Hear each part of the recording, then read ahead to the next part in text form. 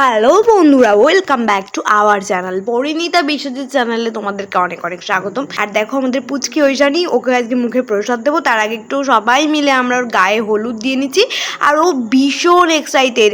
দেখো একটা অসমিয়া শাড়ি ওকে পরিয়ে দিয়েছি, অসমিয়া গামছা এটা আর কি, তো ওকে শাড়ির মতো করে পরিয়ে দিয়েছি। আর সবাই মিলে আমরা ওকে একটু হলুদ লাগিয়ে দিচ্ছি। ও ভীষণ আনন্দ পাচ্ছে দেখো, আর আমি তো ভীষণ আনন্দ পাচ্ছি ওকে হলুদ লাগাতে। আর মাদেরকে নাকি প্রথম হলুদ লাগাতে হয়, তাই জন্য আর কি আমাকে সবাই বললো যে তুই সবার আগে প্রথমে হলুদ লাগা, তাই আমি সবার আগে হলুদটা লাগালাম আর কি।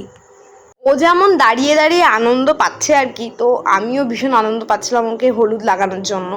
আসলেই পুরীতে এসে ওকে মুখের প্রসাদ দেওয়ার একটা কাহিনী আছে। ওকে পেটে নিয়ে আমি আগেরবার পুরীতে এসেছিলাম, সেই ভিডিও তোমাদের সাথে শেয়ার করেছি। এবং ওকে পেটে নিয়ে আমি 6-7বার হসপিটালে ভর্তি হয়েছি। আমি এত ভুগেছিলাম, সেই ভিডিও তোমাদেরকে শেয়ার করেছি। তো আমার মা বারবার করে জগন্নাথ দেবকে বলতো যে জগন্নাথ দেব, ছেলে হোক মেয়ে হোক সুস্থ মতো তুমি দিও, আমি তোমার ওখানে গিয়ে প্রথম তোমার প্রসাদ দিয়ে আমি ওকে মুখে প্রসাদ দেওয়াবো। তো আমাদের ঐশানী যখন হলো, তারপরে আমার মা বললো যে মেয়ে হয়েছে সুস্থ সবল সব দিক দিয়ে হয়েছে, তাহলে ওকে পুরীতে গিয়ে এবার প্রসাদটা দেবো। এই কারণেই আমাদের আশা। জানোই তো, মায়ের মন মেয়ের জন্য তো চিন্তা হবেই, সেই কারণে জগন্নাথ দেবের কাছে মানত করেছিল। আর সত্যি আমি সুস্থ সবলভাবে বাচ্চা জন্ম দিতে পেরেছি। আমার হাজবেন্ড যেহেতু বিদেশে থাকে, বিশ্বজিৎ, আর ও একমাত্র চিন্তা করতো, বারবার করে ফোন করতো। আর আমার বাড়ির লোকগুলো আমার পেছনে আমার সঙ্গে হসপিটালে রাত জাগা সব কিছু করেছিল।